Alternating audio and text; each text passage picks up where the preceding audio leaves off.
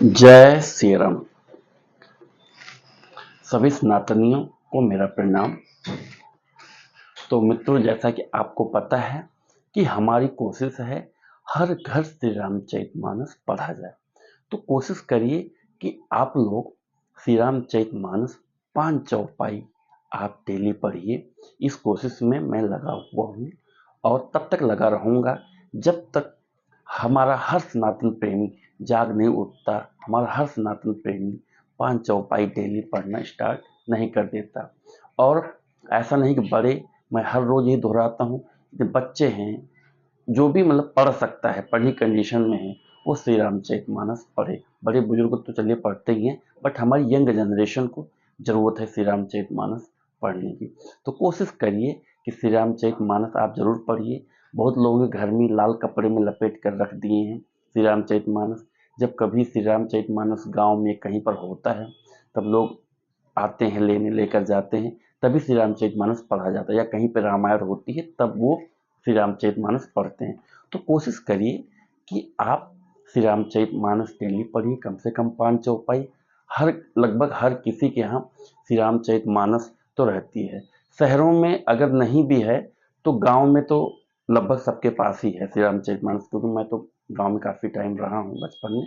तो हमारे यहाँ गांव में लगभग हर घर में श्री रामचरितमानस रहती थी। वो अलग बात है कि अगर आदमी पढ़े ना पढ़े, पर लाल कपड़े में लपेट कर रखी रहती थी। तो बहुत लोगों के पास श्री रामचरितमानस काफ़ी पुराने टाइम से रखी हुई, किसी दादा के ज़माने से रखी है, किसी मतलब एक आध दो पुश्त पहले से भी कुछ लोगों के यहाँ श्री रामचरितमानस रखी है। अगर श्री रामचरितमानस आपके यहाँ रखी हुई है, पुरानी श्री रामचरितमानस है, उसमें बुजुर्गों का आशीर्वाद है और अच्छा है, उसको पढ़िए। अगर नहीं है तो कोशिश करिए आप मार्केट से परचेज कर लीजिए गीता प्रेस गोरखपुर की, क्योंकि हमारे यहाँ सबसे अच्छी जो अभी तक प्रकाशन माना गया है, गीता प्रेस गोरखपुर का ही माना गया है। तो कोशिश करिए कि आप श्री रामचरितमानस लीजिए, परचेज कर लीजिए मार्केट से और पढ़िए। लेकिन हाँ, यही आप कोशिश करिए गीता प्रेस गोरखपुर की ही हो, क्योंकि उसमें जो है सारा सब कुछ सही है। ऐसा माना जाता है कि उसमें प्रकाशन, जो गीता प्रेस गोरखपुर का प्रकाशन है, वो कभी गलत प्रकाशन नहीं करता श्री रामचरितमानस का। तो मित्रों, आइए और श्री रामचरितमानस की शुरुआत करते हैं। जय श्री राम। यह प्रसंग मैं कहा भवानी, हरि माया मोहि मुनि ज्ञानी।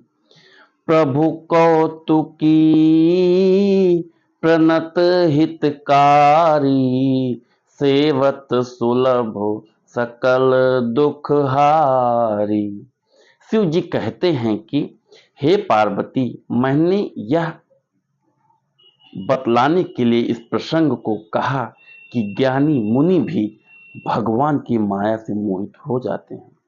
प्रभु कौतुकी लीलामय हैं और शरणागत का हित करने वाले हैं।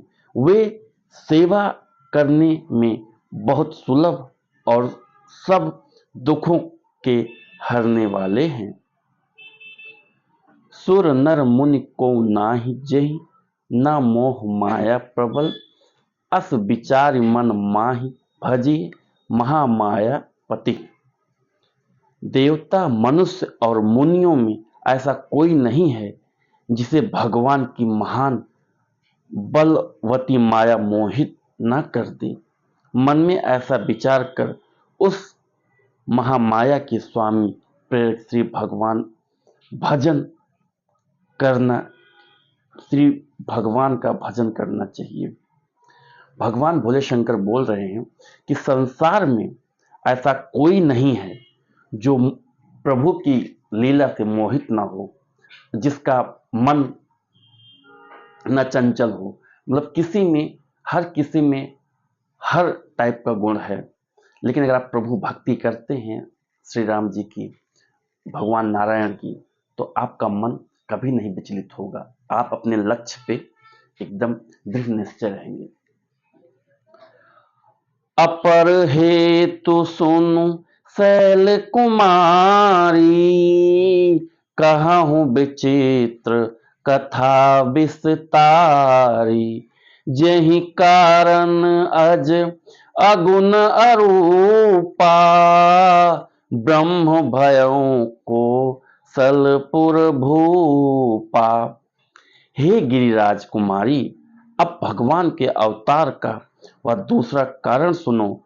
मैं उसकी विचित्र कथा विस्तार करके कहता हूँ, जिस कारण से जन्म रहित, निर्गुण और रूप रहित अव्यक्त सच्चिदानंदन ब्रह्म अयोध्यापुरी के राजा हुए।